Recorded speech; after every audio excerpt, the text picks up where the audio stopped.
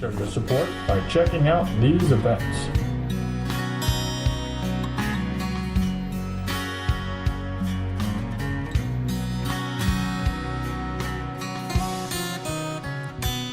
You asked me what I went through on that road through hell that brought me back to you. I told you war can change a man. It broke your heart, but you tried to understand. You wish you were there for me, but baby, can't you see that you were there? In that picture in my pocket, I carried everywhere. Yeah, you were there. On those burning battlefields and in my prayers. Yeah, you were there.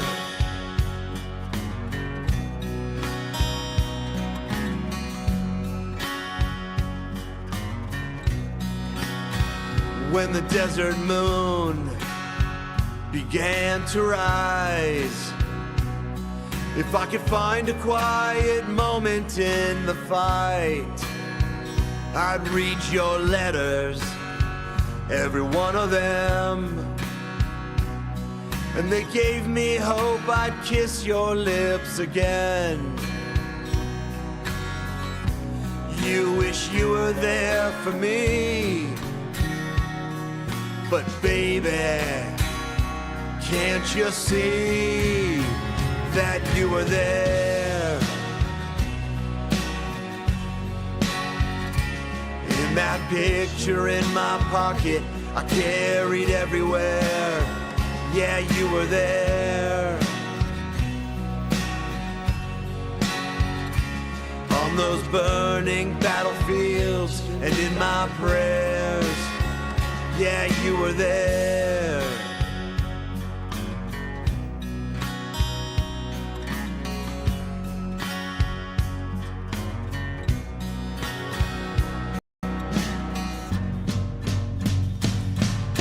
And I know you fight battles of your own, and there are days that you struggle to stay strong.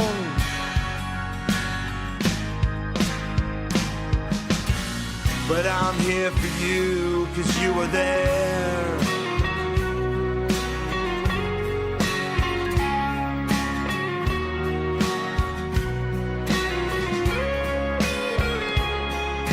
And in the night you're close to me, you pull me back when my dreams take me to dark places over there.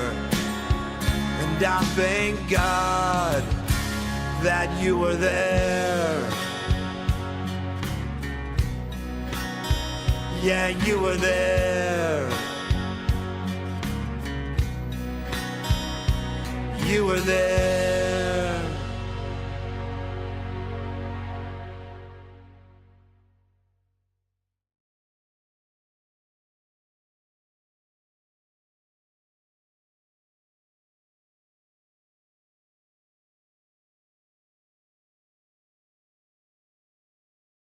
T-minus 1 minute.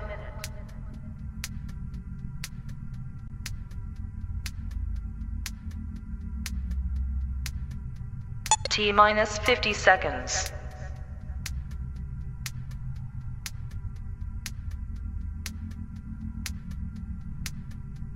T-minus 40 seconds.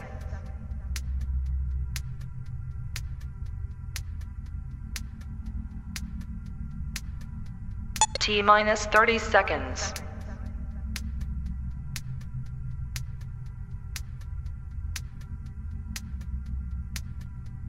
T-minus 20 seconds.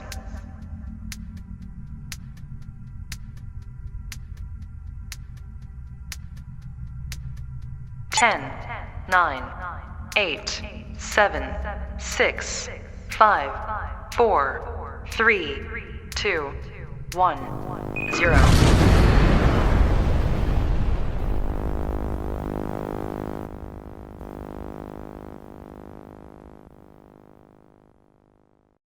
Hi, my name is Doug. I'm the president of Guardians of the Purple Heart, and we are a 501c3 approved nonprofit organization based here in southeastern Connecticut that specializes in obtaining items or services for Connecticut combat wounded veterans that aren't being met by other organizations like the VA. So what we like to think is where the VA or these other establishments have to leave off because of their corporate red tape and limitations, we can come in behind them and fulfill these needs by reaching out to the community, working with our vast network of supporters, and just coming together as a whole and supporting these Purple Heart recipients and improving their overall quality of life. A lot of people ask us how do they get involved and how do they join in on the fun with us. A lot of things you could do. Follow us on Facebook, #1, Instagram, Twitter. Go to our website at gotph.org. You can send donations, send us a message. Spread the word of what we're doing. All the Connecticut Purple Heart recipients, we are out there trying to make a difference in their lives. So please give us a hand and join in on the fun.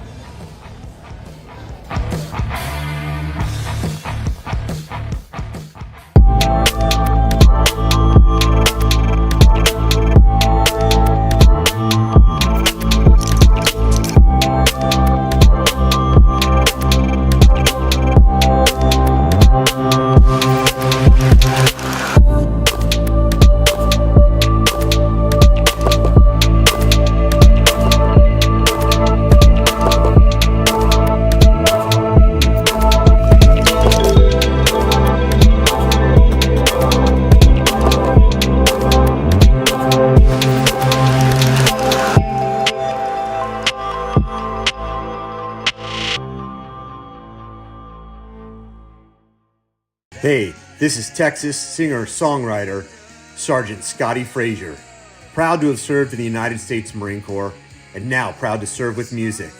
I am honored to be interviewed by and partner with Fubar Studio, the best in military and veteran supporting podcasts. Check them out, and thank you for your service for our American heroes. Also check out scottifraser.com for more of my music, and check us out on Spotify, Amazon, and where all good things are streaming. Semper Fi, rock and roll. Bring your appetite down to Big Belly Cafe, 140 Gore Street, Webster, Mass. for curbside, takeout, and indoor seating. Visit bigbellycafe.com to view their hours, menu, and order online. For reservations, please call ahead at 508-949-2433. Follow Big Belly Cafe on Facebook for weekly and daily specials. And remember, all veterans receive a discount for their recognition of service. Big Belly Cafe. Reedy's Archery, located in Middleborough, Mass. at 121 Wood Street, has been a staple in the area since 1993 and has become the one-stop pro shop for competitive target archers and bow hunters from New England. Reedy's is open Monday through Thursday, 12 p.m. to 8 p.m., Saturdays, 10 p.m. to 4 p.m. Make sure to visit reedysarchery.com and follow them on Facebook to keep up with upcoming events. Reedy's Archery, dedicated to the archer.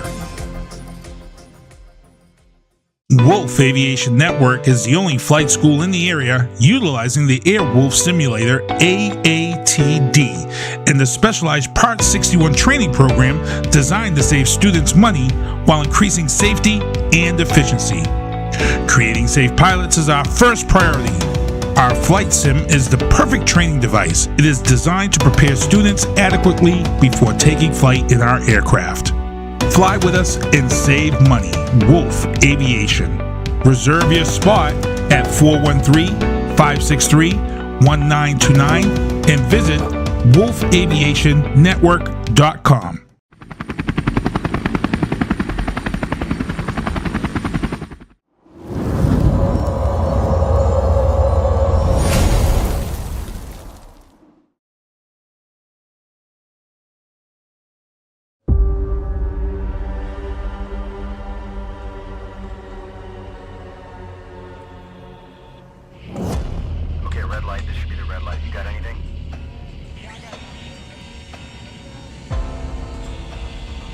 This is what we train for, every day. We just received new intel that there's an enemy presence at the airstrip compound. All those years.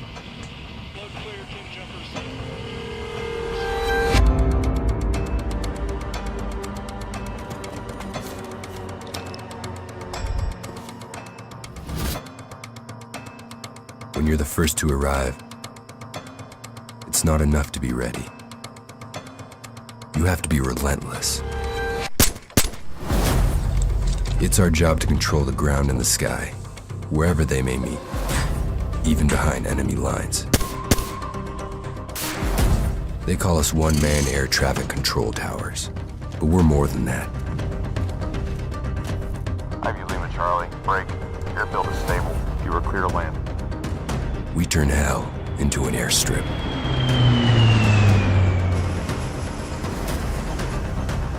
And clear the way for others to follow.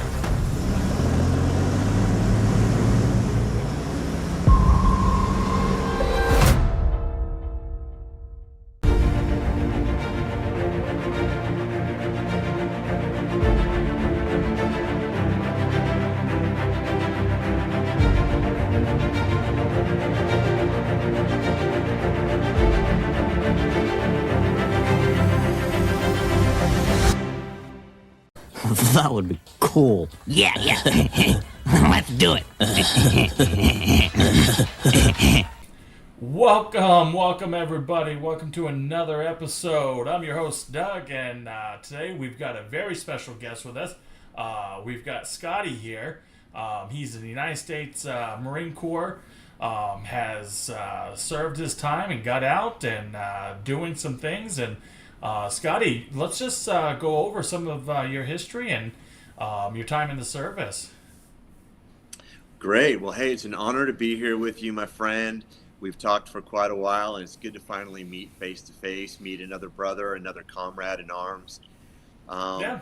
Absolutely. So I started out on the West Coast and really started my younger years in the music scene out there in the San Francisco Bay Area, and was able to be on some great stages. Grew up in the same clubs, sharing the same stage as Green Day and bands like that, and Yes. and and was able to grow up in the shadows of the big kids, Metallica, and got to stand on stage at the Fillmore where Led Zeppelin and Jimi Hendrix made famous, and played the Club Satyricon up in Portland on tour where Nirvana made their start. So, I was very blessed to do a lot of that music. But as I got into my early 20s, there was a calling inside me that wanted to do something bigger, something grander on a grander stage. And I'd always had that interest in the Marine Corps since I was a kid. My dad was a combat vet. My heroes that I had read about books in school were always those military guys. And I went down and went to the recruiting station, and thankfully was accepted, got into the Marine Corps, went to boot camp in San Diego. I'm a Hollywood Marine, West Coast guy. Nice. And we had the great surf and the sun, but we also had the mountains. So, us and those Paris Island guys, we go back and forth on that. But Yeah. long story short, I served 10 years in the Marine Corps between the reserve and active duty. Okay. And I did combat time in Iraq in the push in 2003 in the invasion. I was in the Marine Corps infantry, went through that roller coaster ride of frontline combat, and it's an absolute honor to say that I served my country. I'm very, very proud of my Marine Corps service. I'm very, very proud of these brothers and sisters that I have across all the branches. After my time in service, I came home and really kind of began kind of a healing process. From some of the things that I did and saw over there, kind of affects a lot of folks. And I started finding my way home one song at a time. And music was there for me once again. And I built this home studio that we're in right now. And, I'd start writing these songs tell my story, and it grew into something a little bit bigger here in Texas, where I tour throughout Texas. Yeah. And I put out put out an album, put out a number of songs on streaming, Spotify, and all that good stuff, and just trying to tell the story of really of all of us, the veteran story. They're my songs inspired by my time in service Yeah. and my family, but they're all of our story, all of us who love this country, who've sacrificed, who get up early to work, who went over there to serve in the desert and in the mountains. And that's really what I do now. I try and bring hope and empowerment and strength to those folks that need it, and I do that through music now. So it's an absolute honor. Oh, that's absolutely amazing. And again, it's as you were saying and mentioning, is that you grew up with the music of pretty much Offspring, Green Day, Yep. stuff like that. Absolutely. And then you also grew up with the older ones, which was, again, like you said, Metallica, AC/DC, Right. Led Zeppelin, Van Halen. Absolutely. The Oh, list yeah. goes on. Yeah, that's my resume of upbringing right there. Absolutely. Absolutely. And, again, it's just absolutely amazing that since, your time over in the sandbox and stuff like that, I'm taking as from you as well, as that music is what really kind of made your time over there probably a lot easier and felt like a little bit more like home when you had that music. Absolutely. There were definitely songs from home that cycled through my brain while our trucks and our Amtraks were moving north. Yeah. Up the RCT, to go up to up to Baghdad and do our work. And there were songs like Metallica's "Anywhere I Roam" Yeah. that was resonating through my head, and songs like that. Drowning Pools, "Let the Bodies Hit the Floor" had become a theme song for the 1st Marine Division, probably for a lot of soldiers, sailors over there as well. So there were those songs that cycled through, and I couldn't really listen to music because we didn't have radios, we didn't have Walkmans and those kind of things, smartphones then, but I had in my heart those songs. Yeah. And I would sing them to myself at night, or when it was time to sleep, and when it was time for battle and for hardship to motivate me, to motivate my men, and that kind of thing. So music was there audibly and inaudibly. Yeah. Now, what way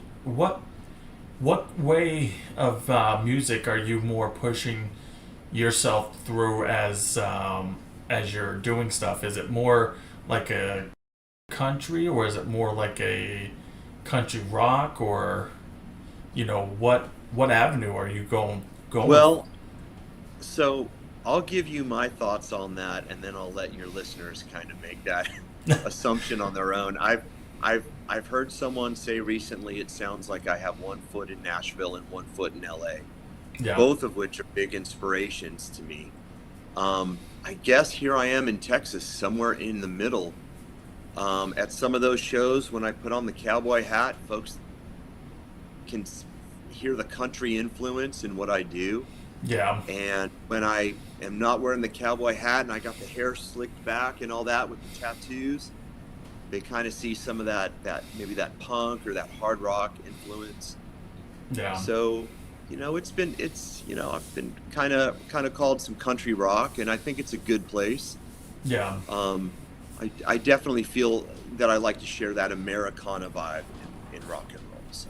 Oh, absolutely. And I mean, again, whichever way it goes, it's of what is everything that so far I've been listening to. It's like it's almost gives off that kind of country / rock kind of feeling. Yeah, I'm very honored with that. Thank you. You're welcome. And again, it's what I'm used to, listening to. But then there's back in the day, if I go back and listen to the older stuff that I grew up on, which is again, I grew up in a time where I enjoyed a little bit of everything, and it was like rock, country, classic rock,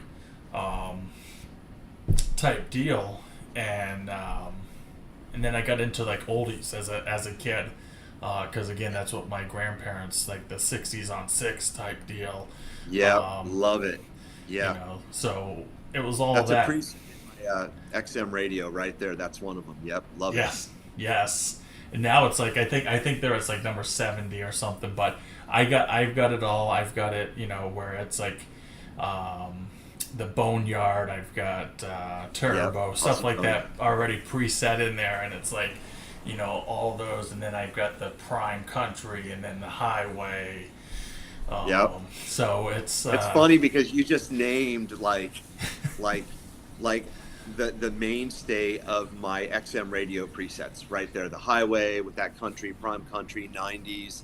Yeah. And Ozzy's Boneyard, and I love a lot of 50s music. I'm a big vinyl collector, old vinyl, and I'm looking across the studio at kind of a wall case of old vinyl records.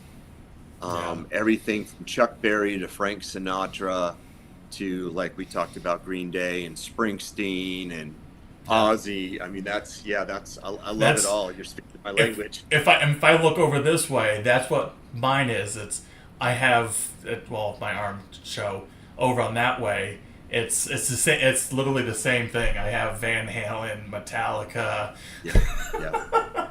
I've got it all on mine, and it's like like I just got one that's the platinum record of Van Halen.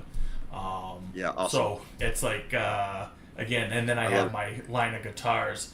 I have a 2 electric and 2 acoustic guitars.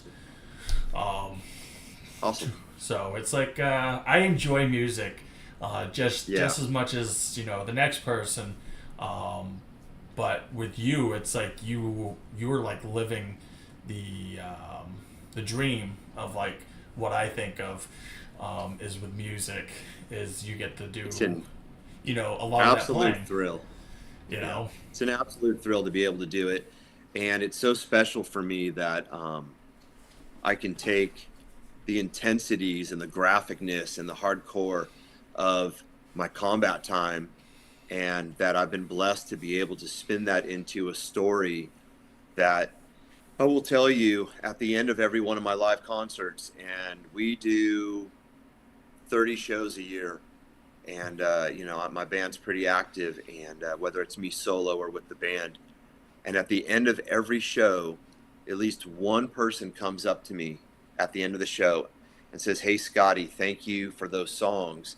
You sang my story and my feelings of when I came home, when the guy came home from Afghanistan, or when the gal was in Iraq or whatever." And it really makes it all worth it to me that it would touch someone else's life in a positive way. And it's just an absolute honor to be able to do that through music. And that's absolutely amazing, because it's when you hear stories like that, it just makes you get the goosebumps. It's like your hair standing up. It's like when I went through basic, it was like it was the usually night final formation at 1900, and it was like everybody had to sing together the national anthem, and if you didn't get the goosebumps from that, it was like it was weird, but we all got the goosebumps, and that's hearing stories like that. That's what it gives you, is the goosebumps of knowing that another veteran felt moved, touched. It felt like you were talking to him directly, and that's absolutely amazing. Well, thank you so much for that, and I'm glad music has affected you that way too. I think we kind of all have that in us. It's a really, really, really, really beautiful thing. So I've wanted to use it as a bigger platform as the brand has grown, and the streams on Spotify have gone up, and people seem to be getting some interest in it. So Yeah. I wrote this song called Never Surrender, and I'd like to share with you the story behind that. Is that I noticed that there was within the veteran community a veteran suicide epidemic, Yeah. and I wanted to make a stand against that.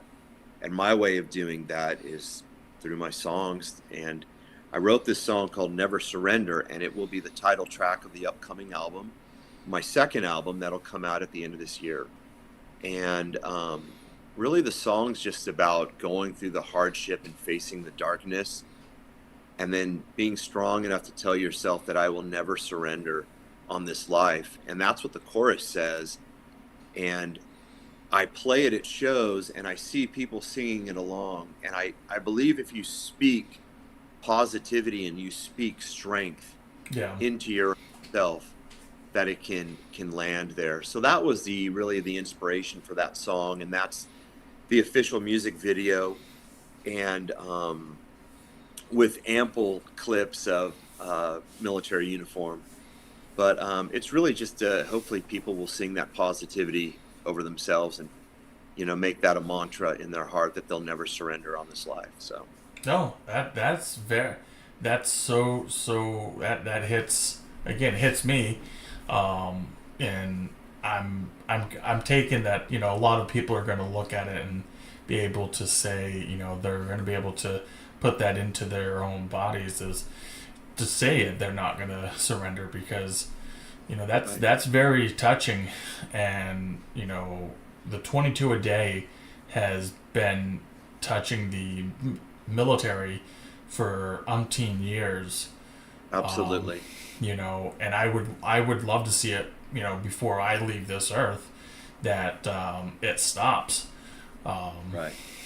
Because one is one too many.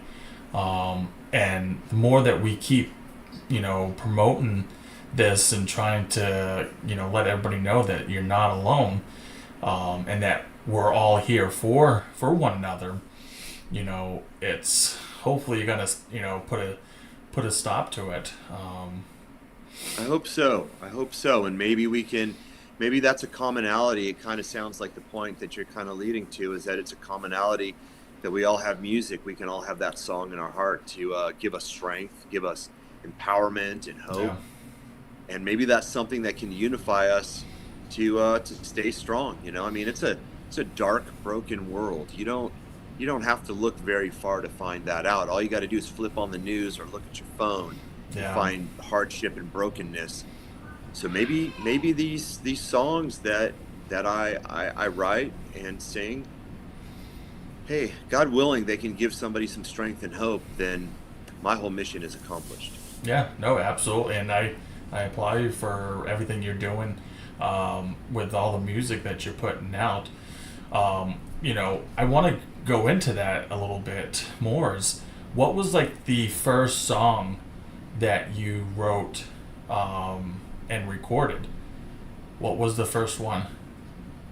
Well, as far as my time in recording and writing, that really came at 16 years old, in a punk band back in the San Francisco Bay Area.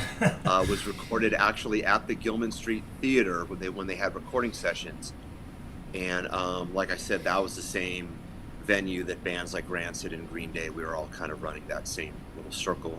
Those guys, God love them, got big and positive, grew and positively grew.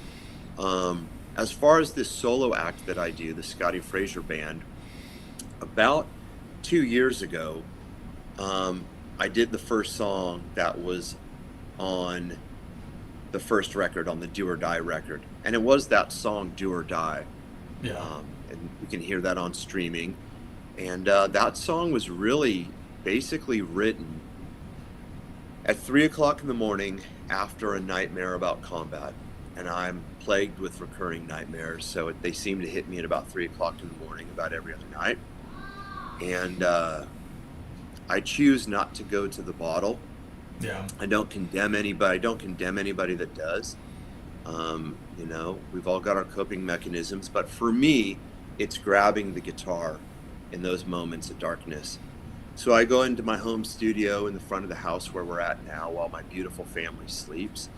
Yeah. And started writing my thoughts and my memories and what was going through my mind in that dream. And it came out to be this song, Do or Die. And it's basically our mantra as Marines and soldiers and sailors and airmen. The chorus said, mine is not to wonder why, it's just to do or die. Yeah. And I hope that can resonate with a lot of people that served. And the verses through the song is really all that imagery of that last cigarette before nighttime, before you're going on night patrol, everything on fire around Baghdad around you. Yeah. And that kind of thing. So that's that's where that song came from, and that was the one that really spring-loaded this solo music career. Wow, that's touching as well. I mean, as you speak about it, I've known a lot of people that have done the same, and it's very touching, because again, that's a lot of the guys that I've known and have served with. They've same thing. It's like they take that last puff of their cigarette, and then it's like right. They put it out. Right. Usually it's like sun goes down and things can get a little dangerous. Yeah, you got to have less lights. Right. There's an official music video for that one on YouTube as well, and a lot of the imagery in that is my actual dog tags that I wore in Iraq and photos of my buddies in my unit. But that song was really written and done kind of in concert with another song that I'd like to share with you if I could. Yeah, absolutely. There's a power ballad song at the end of that first album, the Do or Die album, and it's called You Were There. And it was a springboard for me to do this solo project as well. And I was in a program with Wounded Warrior Project. Yeah. I'm an alumni of a number of veteran service organizations, Semper Fi Fund, Wounded Warrior Project, and Combined Arms, and IAVA. And I was in a songwriter session that they were helping budding songwriters write their story and put it to music. Yeah. So they had me sit down with a Nashville songwriter named Bob Regan, who had written some of the early hits for Keith Urban, had written songs for George Strait, and it was an honor to sit with this guy. So I don't think he was expecting me to bring my guitar and try and add the chords to it, but we really kind of wrote this one together. And he helped me piece together my thoughts, and it was really You Were There is a song about my then girlfriend, who's now my wife of 20 years and the mother of my kids. But I had this photo of her, and I think it's a common story to a lot of us. I had this photo of her, and I kept it in my flak jacket pocket where my ballistic plates were. Yeah. And when times would get tough and there'd be a moment of quiet, I'd pull out that photo. Yeah. And I'd look at her and I'd say, I gotta live another day. I gotta stay strong. I gotta make it home to my girl. And that photo really gave me hope to make it through another day. I think a lot of us have a loved one that we, that motivated us while we were over there downrange. Yeah. But that's really what that song's about. And that was another one that really springboarded this solo career. And, it's about, baby, when you wished you could have been there for me, you were there in that picture in my pocket I carried everywhere. On those burning battlefields and in my prayers, you were there. Wow. Yeah. So give that one a listen, and hopefully people can find some hope and strength through that one. Absolutely, and I think I'm going to have that play at this point right now. Sounds good. I'm going to have that marked at 33 minutes, and then I'll let them view that. Okay, cool. So that's definitely now. So you said you're married for 20. You've been married now for 22 years. I got married in 2005 as I was getting out of the Marine Corps. And I wore my dress blues, and she wore her really cool Jackie Kennedy classic. I mean, she's a 50s and 60s girl, and she wore that classic dress in her bare feet at San Onofre, right there at Camp Pendleton, Marine Corps Base Camp Pendleton. And it was a very special wedding because it was at sundown in San Clemente there at base. And the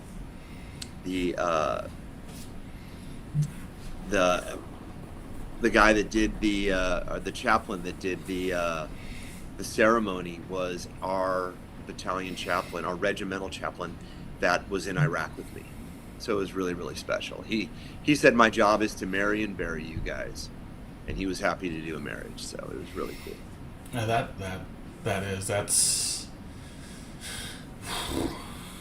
yeah, it is. I'm just thinking of this, and it's just it's a lot. And how many? I'm gonna change it a little bit. How many kids do you have, if I could ask? So I've got 3 kids, and I got 2 girls and a boy, and it's very, very cool.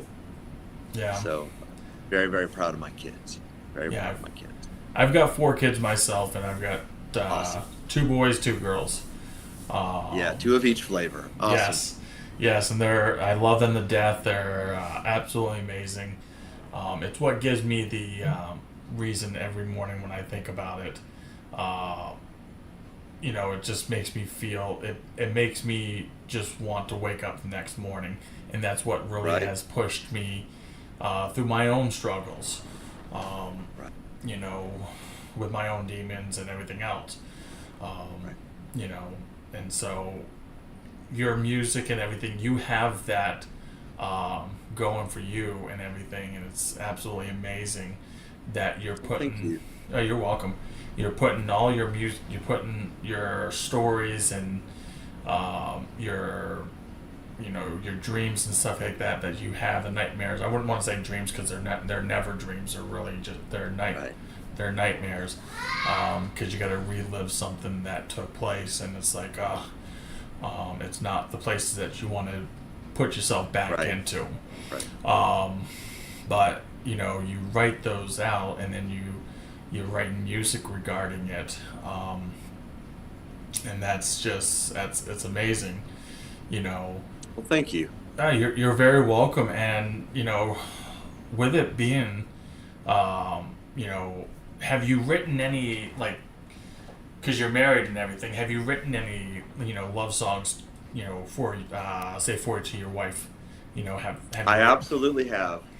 I absolutely have I'm very, very pleased to say it's one of my top streaming songs on Spotify. So, wow. It is a song. Yeah, very special. It's a song called "Against the World." Yeah. And in a lot of my songs, I try and do a kind of little double entendre with the words. And you hear the song "Against the World." Well, how could that be a love song for his wife? Well, because it's you and me against the world. And she and I have taken with our kids many road trips across this great country, traveled and seen a lot of things. We always every year we seem to be on the road going somewhere. When I got out of service at Camp Pendleton, San Diego, we drove through the desert with our first child, in her belly before she'd given birth.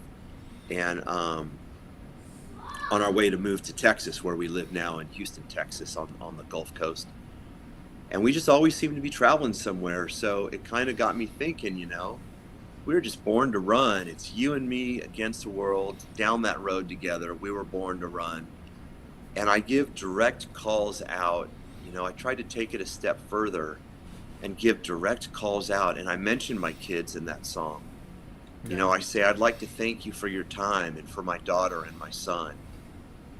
And, fire up that engine and let's go down the road and let the world fade away. And it really is a love song. It's an upbeat rocker. Yeah. And it's really inspired by her and just that long journey, that roller coaster ride down the highway of life. Nice. You know, so you're on Apple Apple iTunes, right? Yeah, I'm on all streaming platforms. Yes. So you're on all streaming platforms. So that's Apple iTunes, Amazon, iHeartRadio, Pandora, Spotify. Yeah. It's on all of them.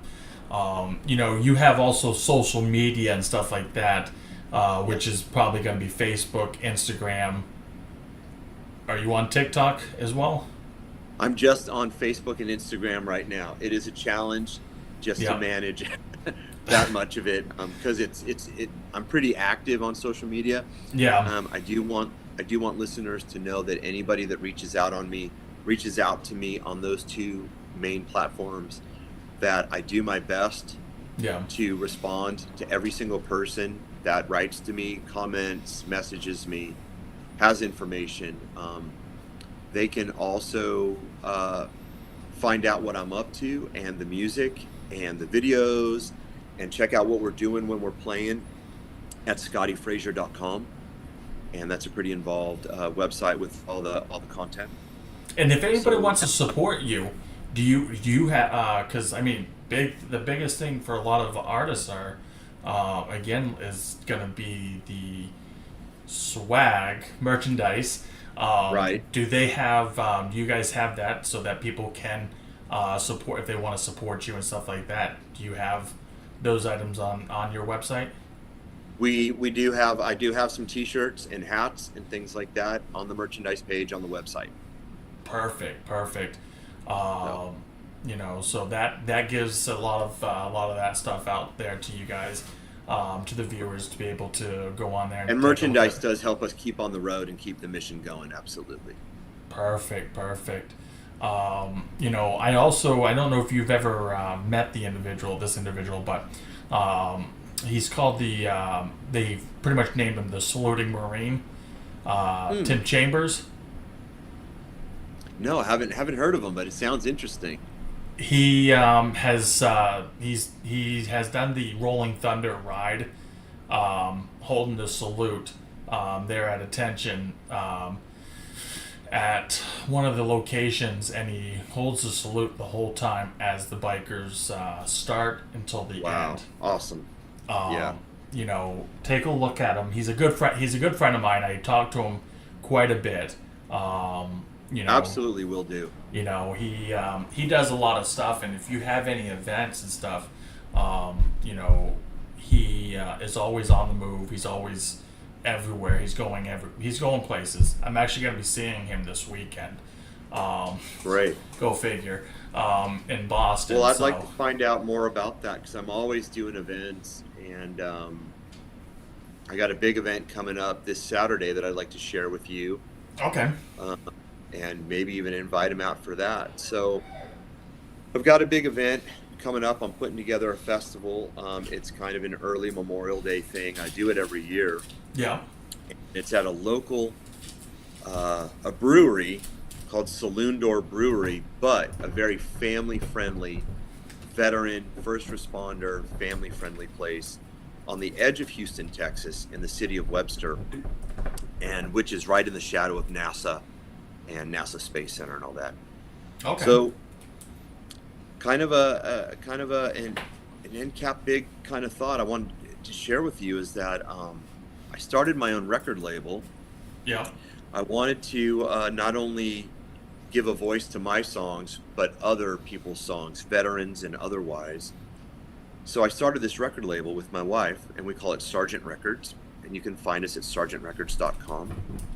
And our mission is to bring hope and empowerment to veterans and those facing personal hardships through the power of music. We put on live music events, and we always have a benefactor. As we talked earlier in the green room about Anchor Point and Combined Arms, we did our Operation Baby Festival concert in Houston recently, and we got truckloads of cases of diapers donated that went to the Teen Mom Home and the Teen Mom Resource Center here in Houston called Anchor Point, and the Veterans Family Resource Center called Combined Arms. And that's what we do with Sargent Records. We do music. I I try and find the best in local artists and put on these shows. A lot of times I'll be performing as well. Yeah. And we bring the best in music and camaraderie and bring everybody together, get veterans and people struggling out of their houses and bring people together and try and do a fundraiser to help some folks. So our next one's at Saloon Door this Saturday, May 18th, 4 to 8 p.m. There will be 8 amazing Texas artists performing an acoustic show. And there will be all kinds of great food and drink and camaraderie and just bringing people together and just trying to do something positive here in Houston, Texas. And that was Saloon Door Brewery. And that's on May 18th. What time does it open up at? It'll start at 4 p.m. and it'll be wrapping up at about 8 p.m. So family friendly, and it's a really, really cool place. Plenty of parking, really nice place. Yeah, I got a friend that lives down that way.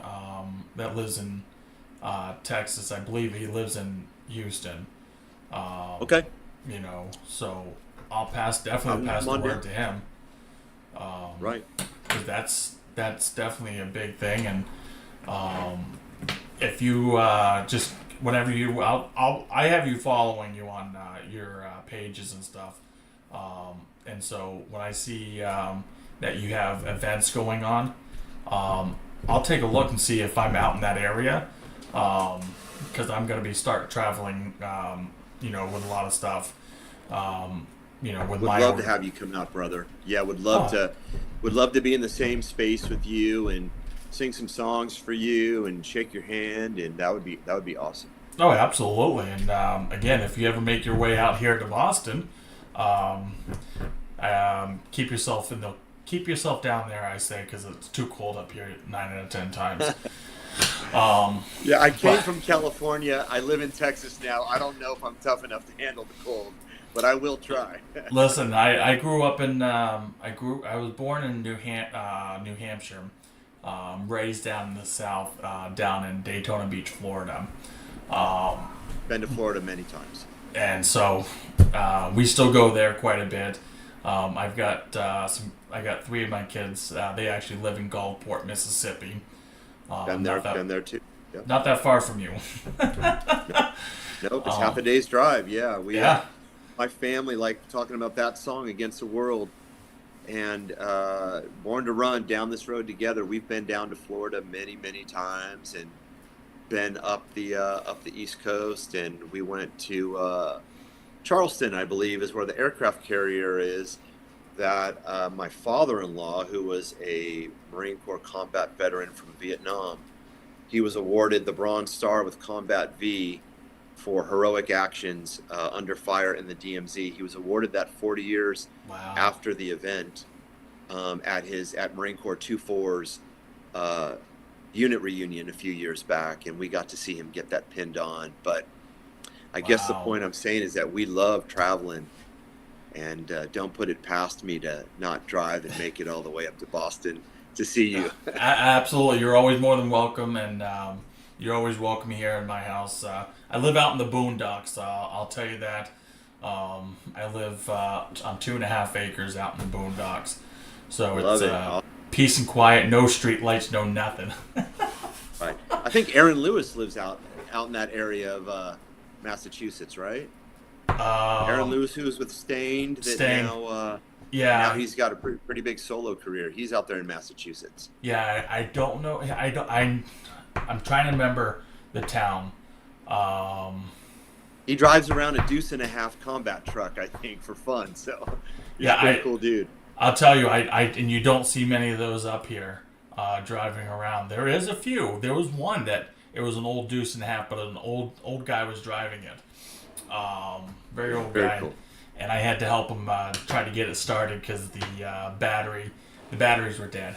So we were filling them up with water, distilled water, to try to get them going. Right. Yeah.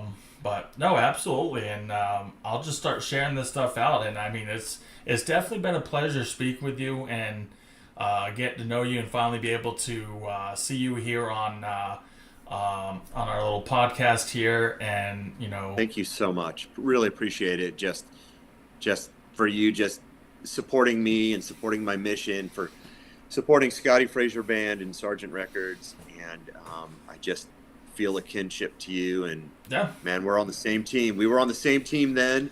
We're on the same team now. So. Absolutely, it's all about us brothers and sisters arms, and looking after one another, and still building that as a family, that whole brotherhood, sisterhood type deal, and be able to go off on it and be able to help one another absolutely in these times. So yep. It's definitely been words.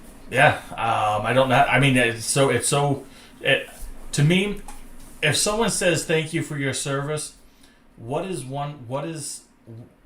your response usually? Like, how do you usually respond to that? Because I kind of have mixed. That's like, how am I supposed to respond to it? Right, and I sense already the humbleness and the humility in you, and I feel the same way. I try and be humble about it, because I am very humble about my service, and my service was hell and back in frontline combat, and saw the graphicness and the intensities of war. But I want to be humble about that, and that was just my chosen profession. There's a lot of people that have a lot of hardships in this life that didn't go to war, and and I get it. I mean, we've all felt heartbreak and loss and had missteps and failures, and so we have so much that is in common. But I really just keep it simple, and I just say thank you, and then I always end it with, I really appreciate that. Yeah. I think when people say that, for the most part, it's a genuine kindness and respect, and just that someone would even, kind of like I see those old Vietnam vets. Yeah. And I always go out of my way. My wife will even point them out with a cap at the Denny's restaurant or whatever when I don't see them. Yeah. She'll say, hey, there's one of your guys. And my kids know what's going to happen. I get up from the table, and I just go over and say, thank you for your service. And sometimes something that simple can just make someone stay. Absolutely. Well said. I couldn't say it any better than that, because, it's the same thing, as I'm very humble for what I've done, and was able to do. I'm like, I want to say I'm like fifth generation, maybe sixth generation. Wow. Military. Wow. And now I got my son who is in the junior ROTC Marine Corps. Wow. And now he wants to enlist. So I'm very proud of him. Thank you for your family's long-standing tradition of serving all of us. So I mean, that's a beautiful thing. That's absolutely amazing. I respect your humility. Yeah. I'm the same way too. I'm very proud of my service, but I try not to bitch and complain about the mud and the barbed wire and whatever, because I enlisted. I knew what I was getting into, and it doesn't make the hardships any easier or any more, troublesome. But I try and stay humble, kind of like you're saying. Just it was an honor to have the chance to serve. I know most of us that served, we'd do it all over again. Yeah. And we do it so others don't have to. Correct. That's well said as well. Because in these times it's only about 1% of us that do enlist, and for some reason some people can't enlist. I know I wasn't allowed to join the Marine Corps because I was pretty much on a medication. So they're like, yeah. So I went next door to the Army and I enlisted. I'm like, I'm glad you got the opportunity to serve. Yeah, I mean, absolutely. Absolutely be. Yeah, I mean, you're humble, you're proud. I mean, we all do our part, brother. We're all on that same team. Absolutely. So again, I really appreciate it, taking the time. We can probably go on for days on end talking about all this stuff, and again, I want to be able to. I've already taken enough time out of your day, and from your wife and kids and stuff. I appreciate your time. It's an honor to spend time with you and to meet you face to face. And thank you, face to face. Thank you for your service as well. So thank you as well. And I'll have Beavis and Butthead tell us what they think about our episode, because I know they're going to have some good jams going. So I do appreciate it. And thanks a lot. Have a great day. You too. Shut up! Shut up! Yeah. Shut up! You suck! Stop, in the name of all that which does not suck. Thanks for watching Fubar Studios Veteran Reinforcement. Please make sure to check out the Fubar Studios on Facebook, Instagram, YouTube, and visit the website at fubarstudio.com. Fubar Studios is a Code Sinister One production.